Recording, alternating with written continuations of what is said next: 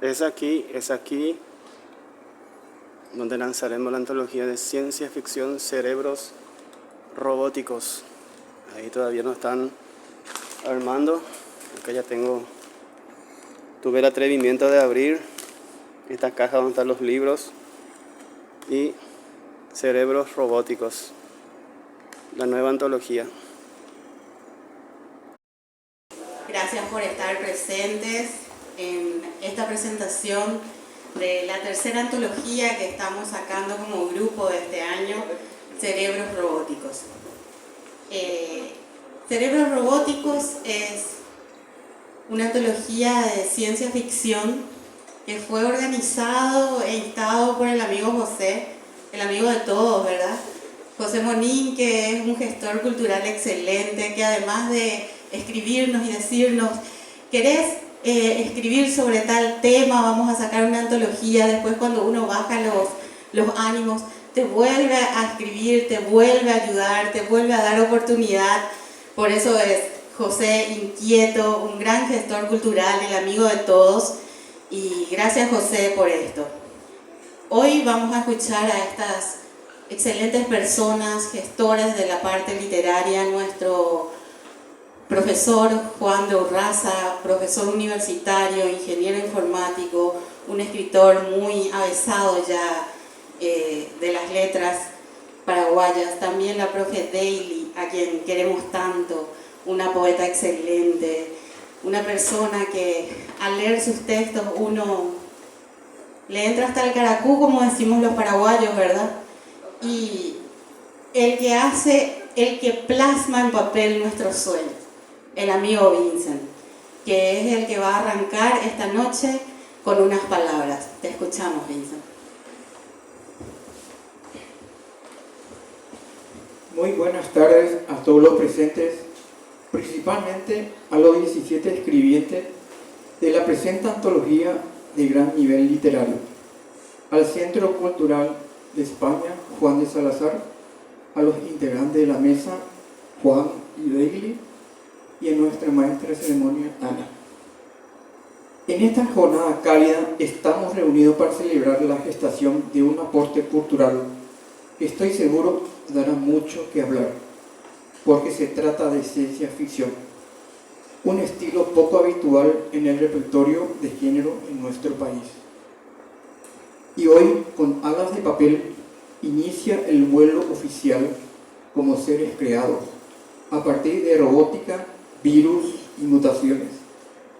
La única ficción que no se puede ficcionar a plenitud es la muerte. Es la única ficción real y está en todas partes. La diferencia reside en el cómo y cuándo, en las circunstancias, en las debilidades o acto heroico digno de grandeza. Al final llega muchas veces repentinamente, en ocasiones son anunciadas, algunas incluso irónicamente hasta son merecidas.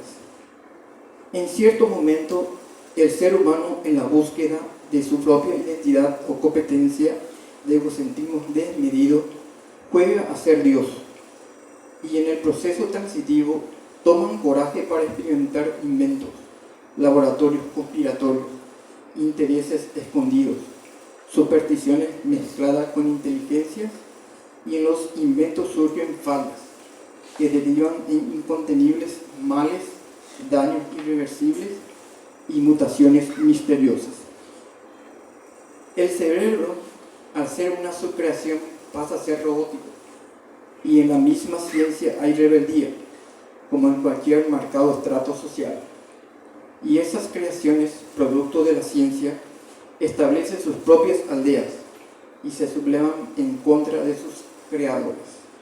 Y en podrá contra los cerebros robóticos. ¿Habrá alguna otra ciencia que rebata, revierta y subsale tan rebelión? Un gran equipo científico literario ha creado en laboratorios herméticos con alta dosis de tinta china y símbolos en Word cada pliegue de los cerebros robóticos. Hoy se reúnen para liberarlos y así darle rienda suelta a cada invento para interactuar con la mente humana. Esperemos que los cerebros humanos no sean tan débiles ante rebeliones y mutaciones accidentales. Y ante el acto cultural de ficciones, les damos la bienvenida a Cerebros Robóticos, antología de ciencia ficción. Muchas gracias.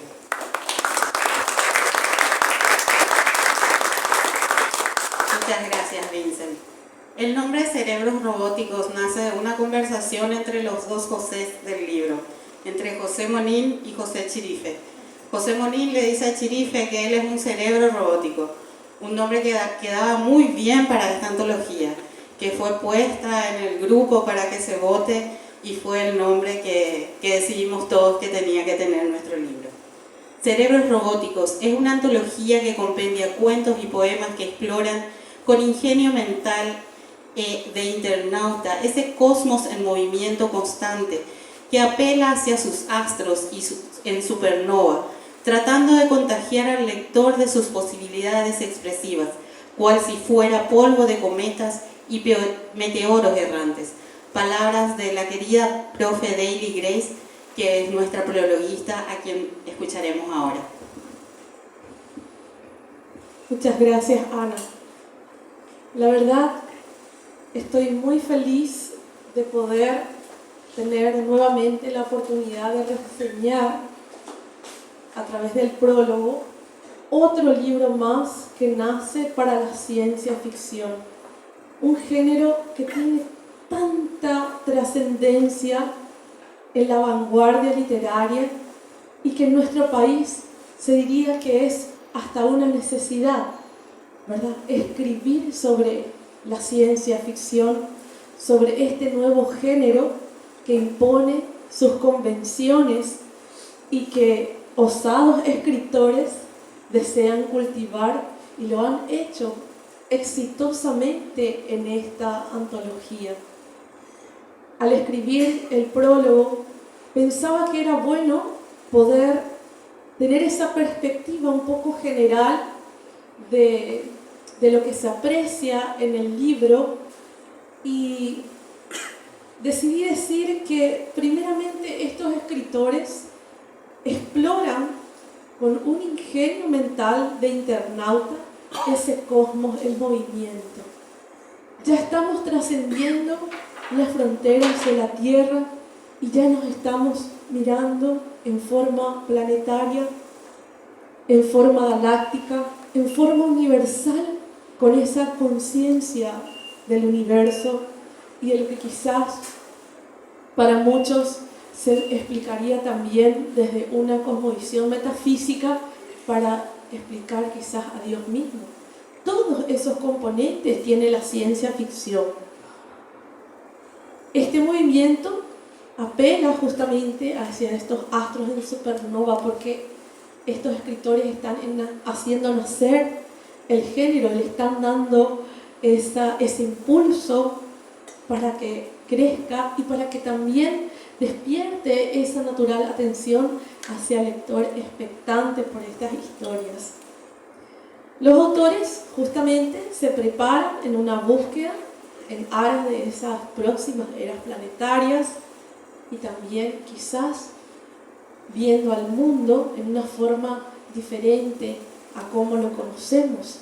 Este género apela un poco también a desconstruir la literatura clásica porque sus escenarios son más efectistas, sus personajes son también a veces seres que adquieren una naturaleza artificial y de allí surge toda una dicotomía, una dualidad, una lucha de poderes también, ¿verdad? Porque dentro de todo, en este sistema planetario, todavía el hombre está empoderado, pero no sabemos si a futuro eso va a ser así. Entonces hay una reedificación de valores humanos. Cuando vamos leyendo los relatos, nos vamos contagiando de esas nuevas formas de ver y apreciar las realidades.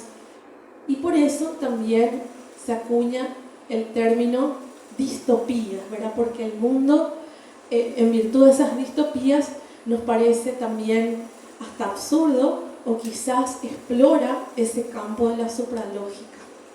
Bueno, ¿qué más se puede encontrar? Y pude reseñar en este libro, después seguramente el maestro también va a explicar un poco más, esta conjugación tan perfecta de la poesía con la prosa, ya que Cerebros Robóticos no se cierra solamente a una tipología literaria. En la antología van a encontrar cuentos y van a encontrar también poemas, incluso hay algunas frases que parecen también aforismos que son útiles para poder reflexionar sobre esto, ¿verdad? Hay efectos fantásticos, explicaciones que quizás no van a estar fundamentadas tanto en esa lógica tradicional, pero sí quizás desarticulando un poco ya lo que la ciencia puede también ir probando. Así lo hicieron también otros autores en la tradición literaria clásica, ¿verdad? Escritores como Julio Verne se anticiparon terriblemente a los tiempos y sin embargo todo lo que escribieron tiene tanta actualidad en nuestro presente actual, y esa ciencia ficción en cierta forma es como profética, porque nos hace ver que quizás viviremos en algún momento esos mundos, esas verdades. Ya cuando uno va incluso apreciando la literatura informativa, va viendo que la gente empieza a discutir sobre los aliens, los extraterrestres, y en los relatos ya vemos su presencia, ¿verdad? A veces noble, a veces invasiva, a veces hermanada quizás con nuestros valores humanos, o quizás deja la pregunta en el lector para que quede a la luz de esa verdad y a esa conclusión a la que el lector puede llegar tras leer un material de ciencia ficción. Entonces está presente en esa cosmovisión narrativa, ese pacto justamente de ficción ante lo inverosímil. Es como una geometría divina, es como algo perfecto que ya asumimos y que quizás muy dentro de nosotros ya sentimos como verdad. Todo eso tiene la ciencia ficción de rico como género. Los poetas que escriben para la antología también preanuncian, quizás de una manera ya más filosófica o instaurando esquemas de pensamientos nuevos, viendo un poquito esa batalla también que tiene nuestra civilización con la forma en que estamos obrando como seres humanos. Sabemos que los problemas de cambio climático y el advenimiento de catástrofes es una realidad, y que ya incluso no se siente tanto como ficticio. Sin embargo, proyectándonos en ese más allá, en ese ambiente provocado y estimulado por el poeta al plasmarse en esos escenarios, nos hace ver también sus sentimientos, ¿verdad? Cómo el hombre todavía conserva su pureza, sus sentimientos, y puede darse cuenta, quizás con esa anticipación, de sus terribles errores. Porque la literatura en sí educa, la literatura nos permite ver y revisar incluso hasta nuestros propios actos. La ciencia ficción tiene esa magia de apelar hacia nosotros. Entonces los poetas de la antología ven eso, y también ese lenguaje de fluir de la conciencia en forma de monólogo se hace sentir, revelándonos ese universo desconocido en ese mapa de palabras que ya incorpora estos novísimos, digamos, lexemas propios de este género, y también de todo lo que sería el mundo de las isotopías del universo. de la proyección y la conciencia planetaria. Entonces hay una gran fuerza de lo estilístico en los poetas que escriben para esta antología y bueno, canalizan esos mensajes. ¿Qué puedo decir? Yo cuando lo leí sentí que eran mentes iluminadas. Sentí que algo en su raíz genética quizás les obligaba ya a ir despertando desde ese núcleo gaiano esa conciencia nueva que nos va a permitir quizás reconstruir incluso hasta nuestra misma sociedad.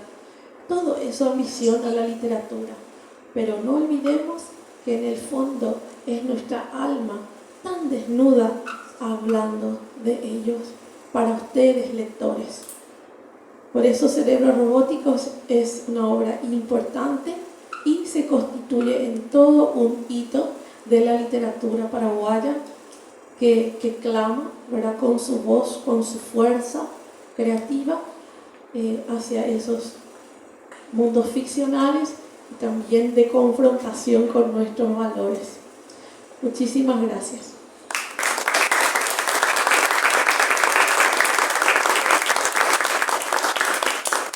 Muchas gracias, Lady. Y ahora vamos a pasar a la parte central de nuestra actividad, que es escucharle al presentador de la antología, a Juan de Urraza, uno también de los escritores de este libro, un escritor ya muy avesado en la literatura paraguaya, ¿verdad? Como varios de los que están en este libro. Gente que ya ha escrito hace mucho tiempo, gente que ya tiene mucho conocimiento y personas que estamos empezando recién. Por eso este libro tiene una riqueza inmensa. Y ahora te escuchamos, maestro. Muchísimas gracias. Concuerdo plenamente en que este libro es realmente relevante por muchos motivos, ¿verdad? Primero, porque vivimos actualmente en un mundo de ciencia ficción.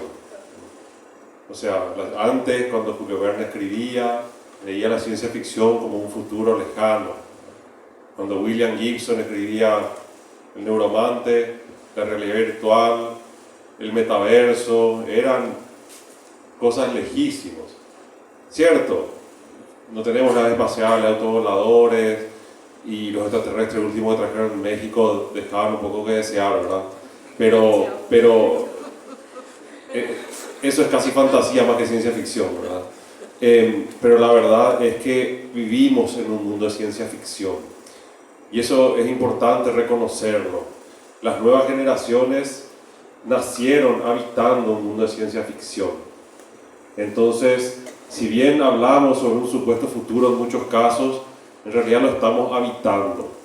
Entonces, que haya gente que escriba sobre esa realidad actual y tal vez futurista y la comparta hoy en nuestro país es súper importante. Las generaciones jóvenes, ustedes saben, está de moda todo lo que es ciencia ficción. Los Avengers, como le queramos llamar, ¿verdad? Las películas, Hollywood totalmente está tomada por este tipo de cosas y no es novedad. Cuando nacía Amazing Stories en Estados Unidos, con los grandes escritores, Arthur C. Clarke, Asimov, que publicaban sus primeros cuentos y todas sus novelas, era como un género de nicho, de gente que, no sé, que le gustaba pensar en ese futuro, pero que era escasa. Es un decir escasa, ¿verdad? Existe una gran comunidad, pero no era algo masivo, siempre fue algo de nicho. De visionarios, vamos a decir. Pero, como les digo, ahora ya no es así, ahora es nuestra realidad. Entonces, lo que nosotros hacemos, mucho de lo que yo hago en mi caso, es escribir sobre el impacto de esta ciencia y tecnología en nuestra vida actual y pensar cómo va a ser en el muy corto plazo en realidad. Y estamos de acuerdo de que la mayoría de los escritores de ciencia ficción no le acertaron al futuro. o si le acertaron en cosas muy, voy a llamar evidentes, para la época probablemente no eran evidentes, ¿verdad? Pero si pensamos, vamos a poder tener una máquina bajo el mar, Julio Verne, ¿verdad? Y bueno, sí, si sigue avanzando la ciencia vamos a poder. Vamos a ir a las estrellas, a la luna, y probablemente vamos a poder. Vamos a tener redes sociales. Nadie. Si vemos alguna, no sé, vemos George Orwell, ¿verdad? Gran Hermano. Sí, hay un sistema que está todo el tiempo vigilándonos. Qué visión, bueno, qué gran escritor, ¿verdad? Pero el concepto de la red social, de la gente que está y que pasa horas y horas de su vida mirando en la pantalla de un celular, viendo lo que otras personas hacen, ese concepto es diferente, ¿verdad? Le estaba diciendo hoy a mi esposa, conversando de diferentes temas, y me contaba cuento de historia de su niñez, de los vecinos chismosos, ¿verdad? De que venía a preguntar, ¿está fulano? Y el vecino salía, no, se fue al súper. ¿Y cómo sabía el vecino? Y estaba, todo el día estaba mirando por la ventana que hacía la gente, ¿verdad? No está, te decía. Ni llegaba a tocar el timbre, ¿verdad? Y ahora es al revés, al vecino no tiene que salir a mirar por la ventana, abre su celular, está en Cancún, se fue a farrear, tiene novio nuevo, no sé, ¿verdad? Claro, exacto, ¿verdad? Exacto. Entonces, insisto, habitamos esa ciencia ficción y los niños y los jóvenes, más que nosotros, juegan Fortnite. Nadie pensó en Fortnite hace 40, 50 años atrás. Un juego donde 100 personas se matan entre todos. Sí, existía el Battle Royale, ¿verdad? Como una novela original. Pero no es ciencia ficción, vamos a decir.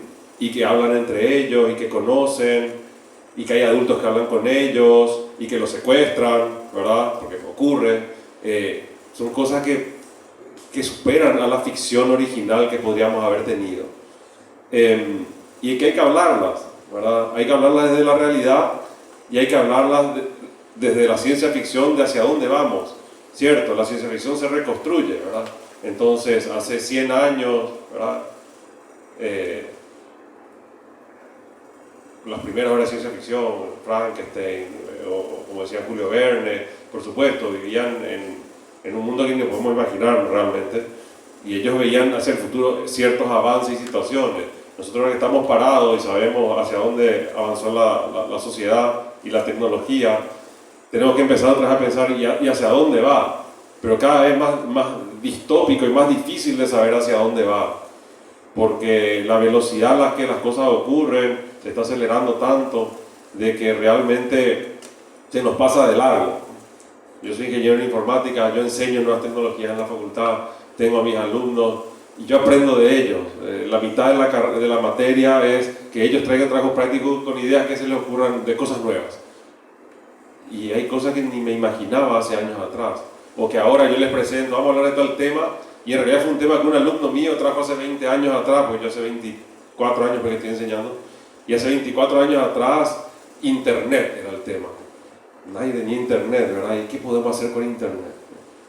Entonces, insisto, que estemos escribiendo sobre esto desde Paraguay, con la visión paraguaya, con la comunidad paraguaya, es súper importante.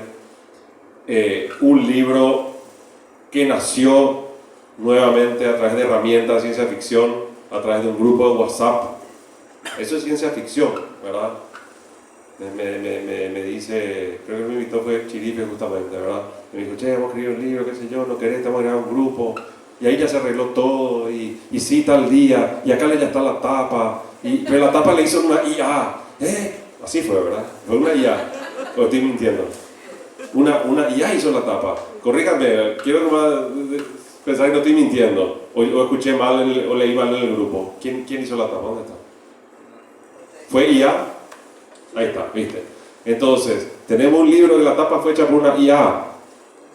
Ojo, la tapa no se puede registrar, les aviso ya. Si alguien quiere clonar esta tapa para su libro, no podemos hacer nada porque un juez de Estados Unidos dijo que cualquier cosa generada por IA es de propiedad de dominio público, no es nadie puede ser el dueño, porque solamente se pueden registrar cosas creadas por seres humanos. Ojo, esa foto, esa selfie del mono que se sacó, muy famosa, la quiso registrar el dueño de la cámara y no pudo, porque el mono no es un ser humano y por lo tanto no se puede registrar. Pasa lo mismo con la IA. Creamos cosas con la ayuda de la IA y no son nuestras. Entonces, un libro armado en un grupo de WhatsApp de gente de diferentes generaciones, edades y experiencias, gente Nobel, gente con libros publicados, que tiene poesía, que tiene relatos, cuentos, que junta a, dijo 17 el compañero, pero leí 18 yo, capaz 17 son, conté mal porque no traje mi anteojo borroso, 17, con una tapa de IA, ya estamos en el 2080 por ahí, ¿no? Y eso creo que es súper importante, o sea, que lleguemos a ese punto es súper importante, que tengamos a María Irma, voy a decir los apellidos porque de repente hay gente que no les conoce a todos, María Irma Betzel, Samuel Bordón, José Chirife, Pedro Delgado, Cristian Encina, Sofía Raquel Fernández, Marta Garcete, Mariano Jiménez, Cecilia González, Daily Grace, no sé cómo se pronuncia, José Monín, Gustavo Moreno, Nahuel Morínigo, Ana Ramírez, Eugenia Rojas, Juan de Urraza, Mike Vitale, que se juntaron en tertulias virtuales, por lo menos yo personalmente no los conozco a muchos, algunos sí, y acá hoy nos estamos conociendo presencialmente después de meses y meses de arduo trabajo, coordinación. Me llena satisfacción y me parece que sí, marca un hito. Y me parece que es importante que compartamos los pensamientos de cada uno de estos escritores, las reflexiones, los futuros posibles o distópicos, y se los demos a las nuevas generaciones. Y que piensen sobre eso, y que reflexionen sobre la vida actual y cómo va a ser la vida futura. Me acuerdo que mi mamá no entendía nada de tecnología, ¿verdad? Y yo era muy chico y yo demasiado quería una computadora. Me fui, mi abuela, mis tías, le trabajaba, le podaba, cualquier cosa hacía para conseguir plata. Después de 2 años me compré mi primera computadora. Conecté a la televisión, pues ni monitor no había en esa época. Y mi mamá no entendía nada, por qué yo quería ese aparato, por qué yo estaba, y yo aprendía a leer el manual. Y pasaba horas y horas, ¿verdad? Y mi mamá me decía, pero esa es la máquina que te consume el alma. Es una madre. Era casi algo necromántico, claro, casi necromántico era, ¿verdad? Que te consume el alma, ¿verdad? Gracias a Dios trabajo de eso ahora y creo que después de 40 y muchísimos años, por lo menos pago las cuentas con eso, entonces de algo sirvió, digamos, ¿verdad? Pero jamás entendió. Creo que nosotros, bueno, yo fui muy adelantado en realidad, ¿verdad? Entonces mis hijos siempre se criaron con la computadora, pero creo que casi todos los padres ahora ven que su hijo está con el celular, con la computadora, jugando en internet, hablando con sus amigos, etc. Y ya les es un poco más normal ese mundo futurista, ¿verdad? Pero yo me pregunto, pero nuestros hijos, pues, nosotros tenemos el problema de enfrentar las redes sociales, los peligros que hay en las redes sociales, los extraños que les pueden estar hablando, qué sé yo, el sexting, todas las situaciones extrañas alrededor de la tecnología, buenas y malas, ¿verdad? Y ya es un mundo bastante denso, complejo, pero ¿cómo va a ser nuestros hijos con sus hijos? O sea, nosotros, nuestros nietos, ¿verdad? Va a ser todo virtual ya, vamos a estar llenos de hackers rusos metiéndonos cosas en la cabeza. Ojo, se dice que los hackers rusos fueron los que hicieron que Trump sea presidente, manipulando las redes sociales norteamericanas, o sea, manipulando un invento norteamericano, ¿estamos de acuerdo, verdad? Entonces, si tenemos esa capacidad de manipular a un país como los Estados Unidos con sus propias herramientas para poner al presidente que le conviene a Putin, ¿verdad? Yo pienso, acá en Paraguay entonces estamos perdidos porque ni ellos pudieron evitar eso. ¿Qué vamos a hacer nosotros? Bueno, y esas son las preocupaciones que tenemos que empezar a pensar, ¿verdad? ¿Cómo hacemos para evitar las cámaras de eco, ¿verdad? Cámaras de eco son uno de los mayores problemas en la actualidad en todo el mundo. Si no saben que es una cámara de eco, es una retroalimentación que se hace en un grupo de gente porque creen que todos piensan igual. Pero no es así. Pero eso es lo que vos ves, porque vos en tu red social tenés 10, 20, 30 personas con las que interactúas. Y si esas 10, 20, 30 piensan lo mismo que vos asumís automáticamente que toda la sociedad piensa igual a vos.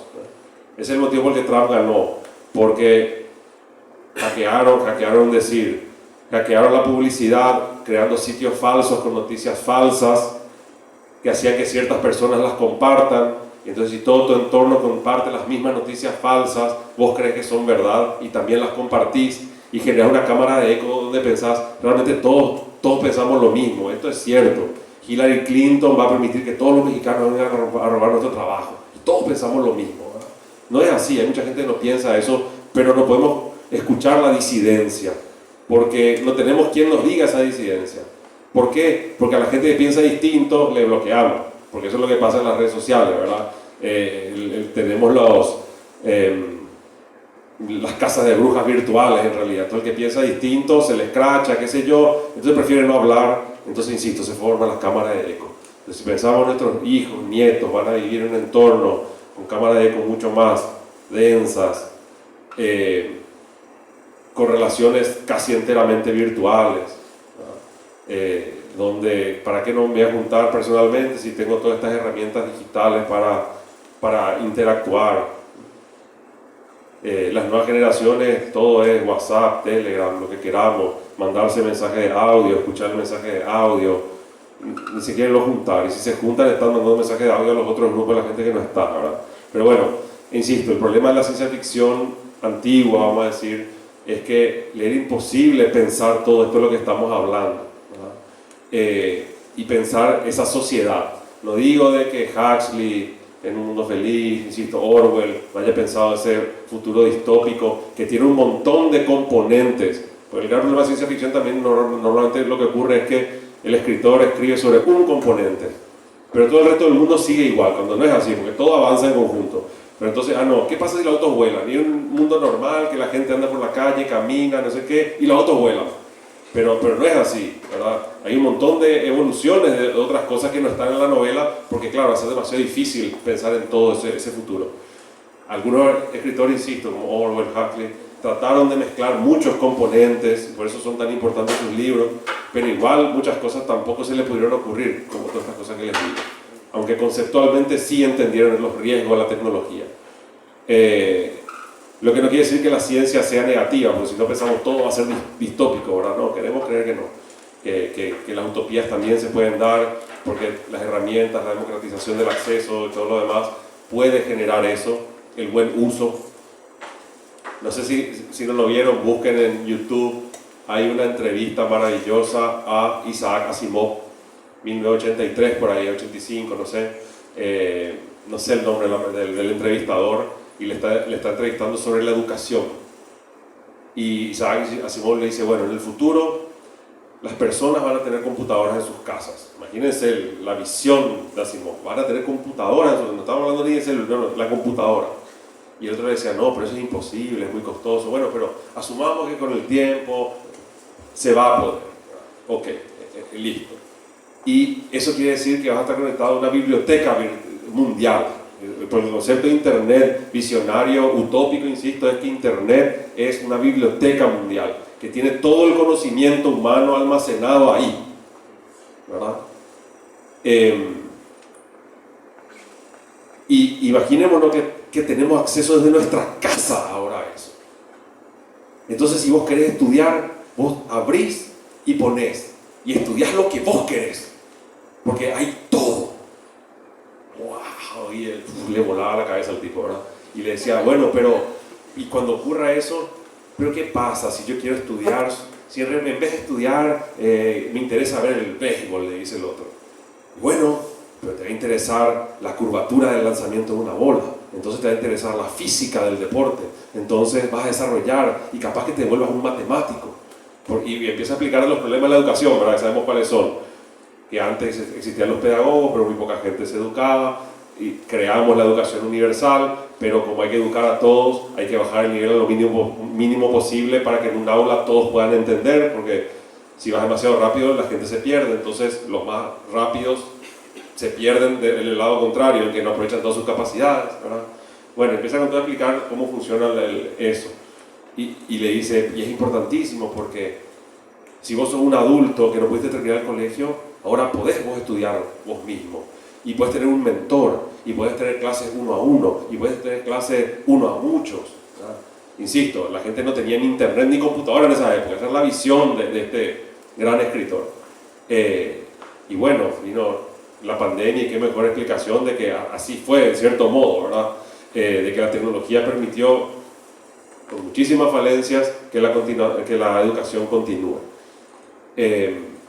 Entonces, insisto, la ciencia ficción, a mí me importa más lo actual, vamos a decir, cómo hoy y el mañana y el corto plazo nos va a afectar, porque antes siempre se pensaba en la ficción de acá 500, 1000, 2000 años.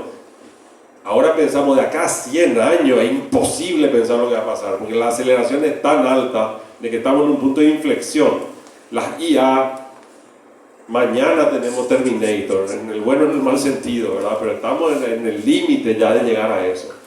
Entonces es nuestra realidad de hoy, insisto, que tengamos escritores paraguayos que quieran hablar de eso, compartirlo con otros paraguayos, y Dios quiera que esta antología llegue fuera de nuestras fronteras a diferentes destinos, para que nuestro pensamiento se comparta con el de miles de otros pensadores y entre todos tratemos de construir algo un poco mejor y de anunciar lo que no va a estar bueno para tratar de cambiar rumbo, o que por lo menos los tecnólogos utilicen sus conocimientos para ir hacia el lado positivo de las cosas y no el lado negativo. Es súper importante.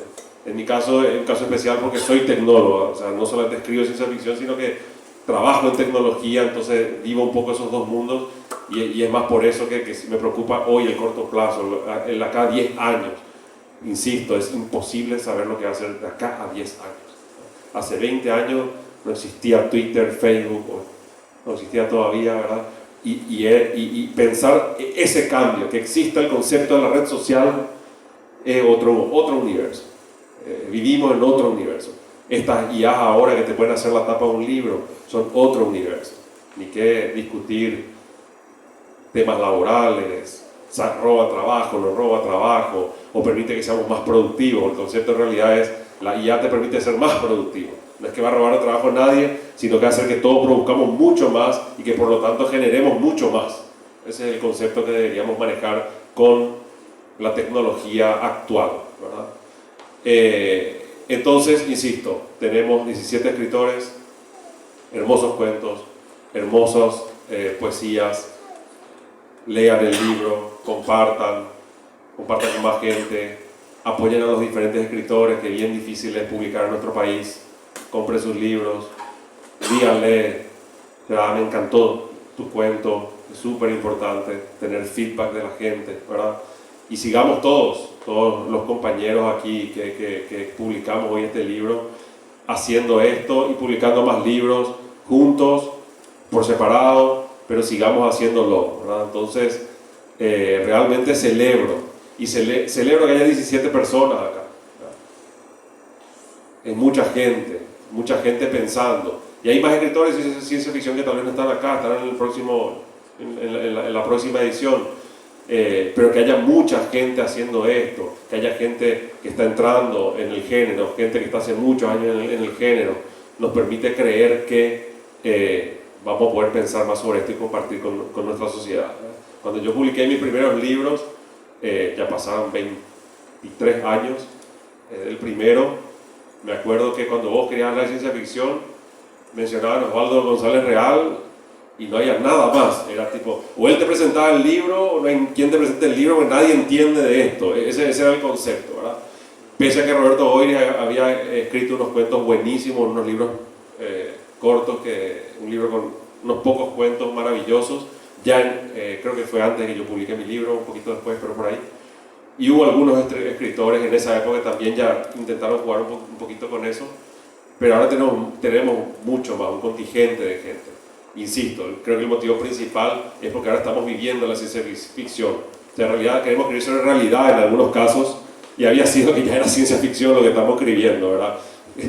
Es así, porque queremos escribir del crimen que ocurrió y había sido que se filmó en un celular, en una cámara y así lo ya es, todo es ya tecnológico en la actualidad. O sea, ya escribir sobre tecnología es realidad, ya no es más ciencia ficción, pero lo consideramos ciencia ficción. Así que, nada, por mi lado, muchísimas gracias por compartir con nosotros. Yo no sé si querían leer algo, me olvidé mis lentes, así que no puedo, veo todo borroso. Así que alguien con mejor capacidad, en todo caso, si quieren compartir, pero no estoy seguro cómo es el plan. Así que nada, muchísimas gracias.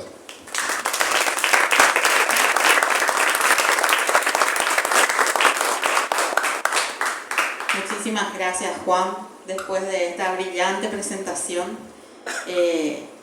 Si quieren adquirir el libro Cerebros Robóticos, tienen que acercarse a cada uno de los 17 autores para que ellos puedan adquirir de ellos y se puedan llevar hoy el libro dedicado. Ahora la maestra Daily nos va a deleitar con una de sus obras.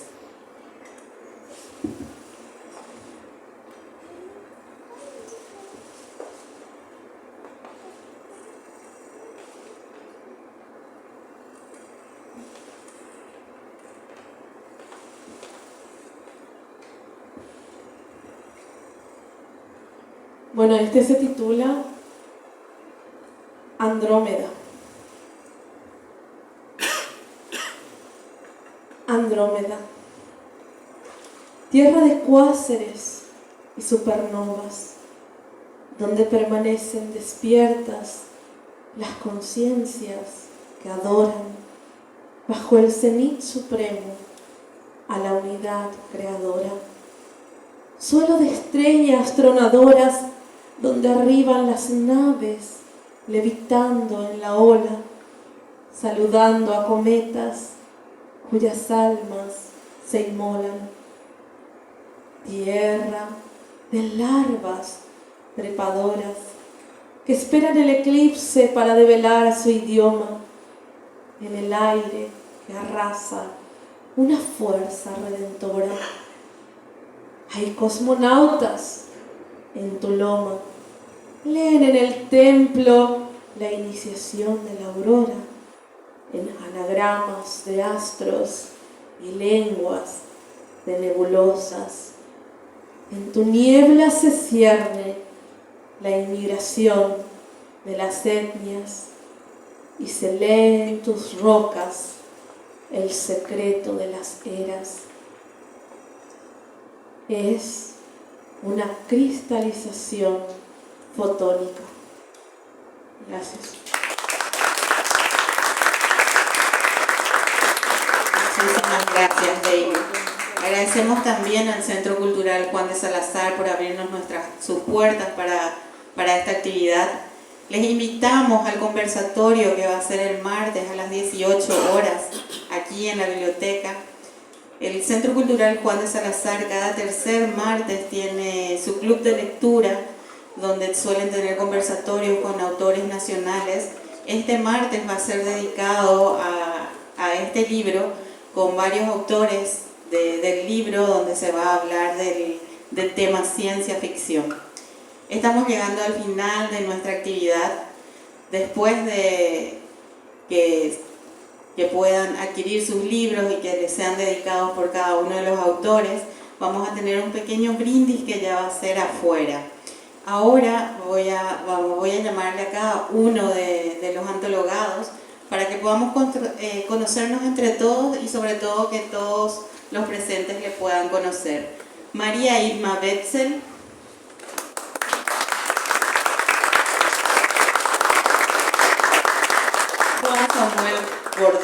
Samuel Gordón Cañete.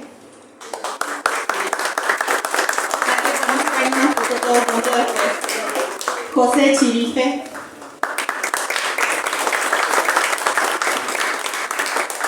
Pedro Delgado.